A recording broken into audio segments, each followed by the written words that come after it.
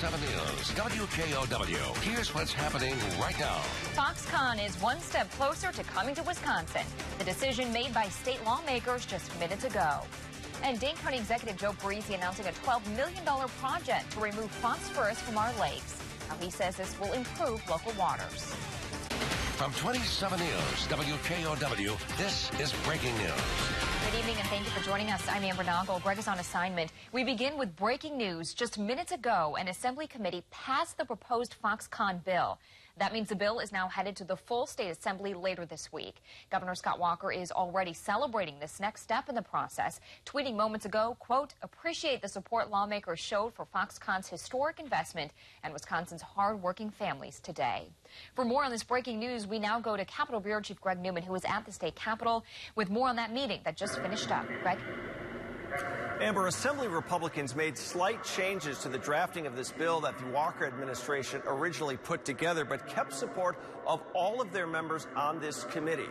Democrats had introduced 23 amendments of their own to the bill that would have required Foxconn to meet specific metrics to secure and keep those tax credits. That would have included creating at least 3,000 jobs by January 2021, hiring at least 70% of their workforce from Wisconsin, and requiring that the company pay at least $15 per hour with health insurance benefits.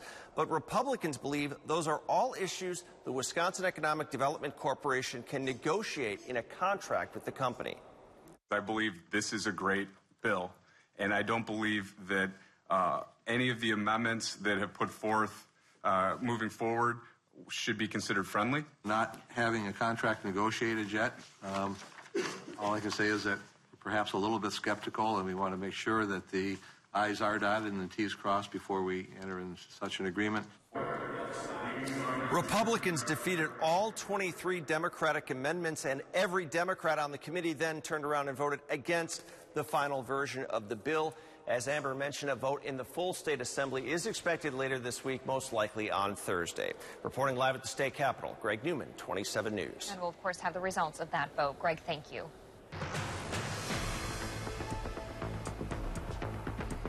Hey everyone, meteorologist Max Ferris in for Bob Lindmeyer tonight. Well, if you were driving around town, probably saw a few sprinkles in Dane County. Yeah, we still have a few of those, mainly west of I-90, but these are moving eastbound. So McFarland going to be seeing that. Fitchburg just getting out of the woods when it comes to a little shower there, and these are kind of edging their way towards Cottage Grove. So heads up again, just a couple little sprinkles out there, probably not even enough to use the windshield wipers. Meanwhile, out to the west past the Mississippi River, we have a couple decent-sized downpours approaching Prairie du Chien and Cassville at this hour. So keep that in mind. We're not out of the woods yet when it comes to rainfall, but mainly isolated in nature. Live look from the WKOW tower showing some partial clearing before the clouds move back in.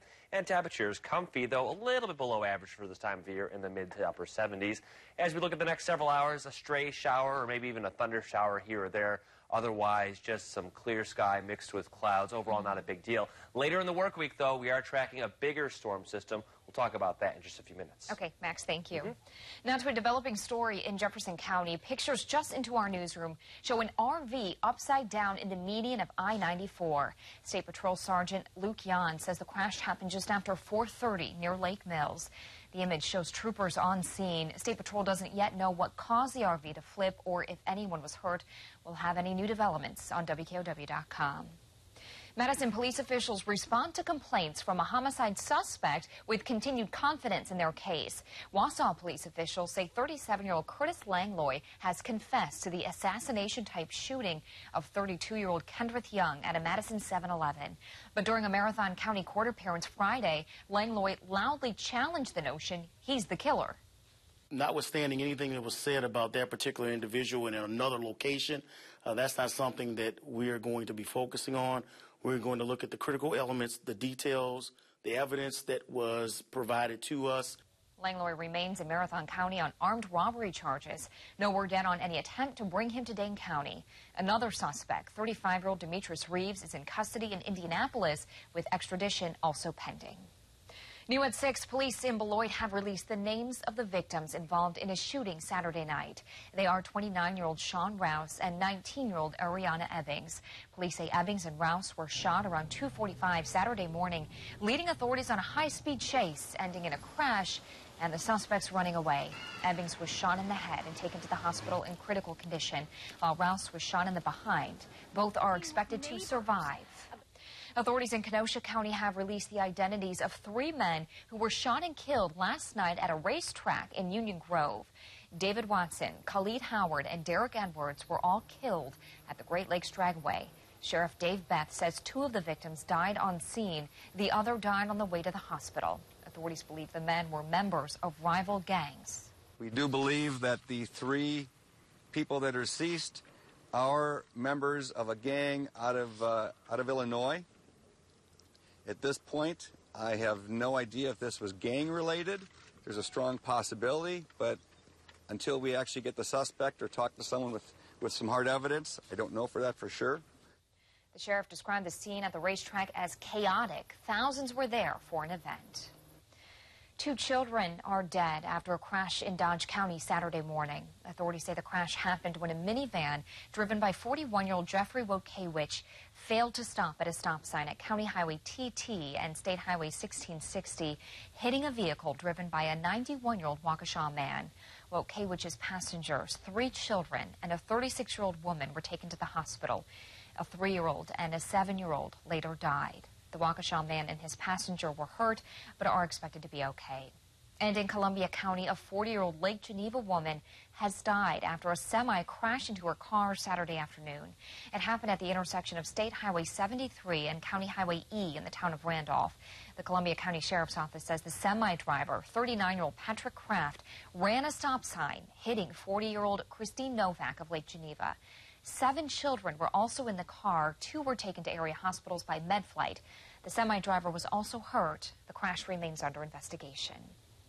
Madison's YWCA CEO is speaking to 27 News today about the fallout of the Charlottesville violence here and the organization's cause. The YWCA is a national nonprofit aimed at ending racism. CEO Vanessa McDowell says it's been especially difficult because what happened in Charlottesville is everything they fight against. Anybody who's seen the videos, who's seen the news stories, you can't help but to walk away and feel hurt, you know, and wondering what's next. McDowell says it's upsetting, especially for people of color, and is unsettling to know that something like the Charlottesville incident could happen anywhere, even here. Starting tomorrow morning, representatives from FEMA will assess damage in western Wisconsin from flooding late last month. 5 teams will be working in 11 different counties throughout the week. The information they collect will then be given to Governor Walker. He'll decide if the state should request a federal disaster declaration. This summer, some lakes in Dane County have seen the biggest algae blooms in decades. Now the county is addressing another source of the chemical that continues to cause damage to lakes and streams. New at 6, David Johnson tells us how phosphorus that is built up deep in the mud may soon be removed. Amber, it's a $12 million effort to remove dangerous algae-making phosphorus from local streams and lakes. Now, for every 1 pound of phosphorus in the water equals 500 pounds of algae. And we're really the first that we know of to go in specifically after phosphorus in this manner. Some leaders in Dane County are embarking on a new project designed to address the continuing problem of dangerous levels of phosphorus and algae in the county's lakes and streams. Over the last couple of years, we've been doing a lot of research on the sources of phosphorus and how that's getting into our chain of lakes. The project, known as Suck the Muck, will vacuum out sediments that have been settling at the bottom of watersheds for decades. Dane County Executive Joe Parisi says they want to tackle the problem of phosphorus runoff at its source. But now the challenge that we found is that there's a lot of phosphorus already in the streams, and we refer to this as legacy phosphorus. What they found are streams that feed into our lakes. There's up to a century's worth of muck that has phosphorus in it. This is muck that is accumulated over the decade. Parisi says because the runoff comes from multiple sources, such as agriculture, construction sites, urban areas, it will take a multi-pronged approach. Because what we're dealing with here is non-point pollution. Parisi says they launched a successful pilot program last year. He says the 33 miles of stream in the project will be completed in 4 years. David, thank you. New at 6, authorities in Mexico are cracking down on resorts after the death of a Wisconsin woman. We'll tell you the progress they've made. And after the break, it's moving day in Madison. You've probably seen a lot of furniture lying around. I'll tell you how a local nonprofit is using the trash for good.